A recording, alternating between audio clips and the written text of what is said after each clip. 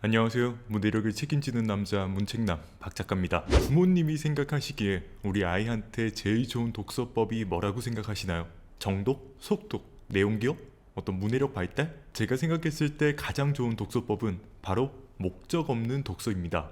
자, 그런 의미에서 독서라는 말도 가급적 안 썼으면 좋겠어요. 이게 너무 무겁잖아요. 뭔가 각 잡고 자리에 앉아서 책을 읽어야 될 것만 같고 읽은 뒤에 독후감까지 써서 제출해야 될 것 같은 그런 느낌? 책 읽는 행위를 독서라고 부르면 뭔가 숙제하는 느낌이 먼저 들어서 저는 가급적 지양해요. 독서라는 말 대신에 책 펴보기 이런 말을 쓰면 좋을 것 같아요. 훨씬 가볍잖아요. 책 펴보기라는 말에선 어떤 의무감도 느껴지지 않죠. 책장에 꽂힌 책 중에서 아무 책이나 골라 잡은 뒤에 그 자리에 앉아서 읽는 거예요. 그런데 이게 너무 재미가 없는 거지. 그럼 어떡해? 다시 책장에 꽂아놓고 놀러 나가면 되지 뭐. 뭐가 걱정이에요. 이게 바로 책 펴보기예요. 책 읽기는 독서가 아닌 책 펴보기를 반복할 때 비로소 습관이 될 수 있습니다. 영상을 만들면서 매번 고민해요.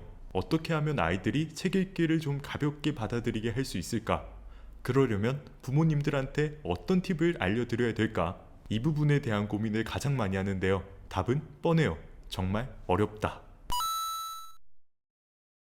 부모님들께서 아셔야 될 건 목적 없이 독서할 수 있는 시간도 그리 길지 않다는 거예요. 실은 초등학교 입학하는 순간부터 이미 목적 없이 공부하는 건 불가능에 가깝죠. 대여섯의 영어 유치원에 입학해서 그때부터 숙제며 사교육에 눌려 사는 현 상황을 고려해 볼 때 의무감 없이 책 읽을 수 있는 시간은 분명 그리 길지 않습니다. 그런 목적 없는 독서는 왜 힘들까요? 독서는 목적이 없어야 된다고 생각하지만 독서 습관을 만들어줘야 하는 저나 부모님 입장에서는 우리 아이를 책 읽는 아이로 키우겠다. 이미 이런 목적성을 띠고 있는 거거든요. 그러니까 우리가 기술을 연마해야 되는 거죠. 왜 옛날에 이게 만화였는지 동화였는지 소설이었는지 잘 기억은 나지 않는데요.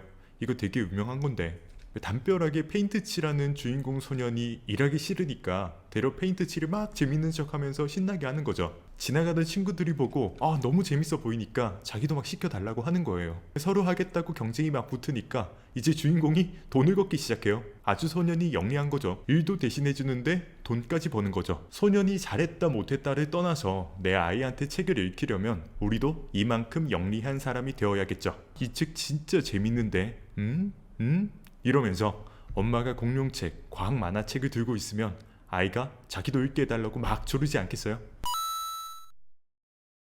영유아기를 지나고 있는 아이가 책에 관심을 갖도록 하는 법. 첫 번째, 부모님이 읽으셔야 해요. 제가 유튜브를 시작하고 한결같이 말씀드리길 부모님께서 읽으셔야 그 모습을 보고 호기심을 느낀 아이가 따라 읽는다는 건데요. 이게 말만큼 쉽지 않죠. 일하고 집 와서 피곤한데 책까지 읽는 척 해야 한다는 건 사실 일회성으로는 가능하지만 반복적으로 하긴 어렵거든요. 그래서 드리는 두 번째 솔루션, 책장 배열을 수시로 바꿔주라는 거예요. 애들은 호기심 덩어리죠. 본능적으로 변화에 관심이 많단 말이에요. 일주일에 하루 정도, 예를 들면 일요일 아침 정도에 책장에 있는 모든 책을 다 꺼내서 바닥에 펼쳐놓는 거예요. 그러고 책을 마구마구 뒤섞어요. 그 뒤에 이전과 전혀 다른 배열로 책을 하나하나 꽂는 거죠. 뭐지?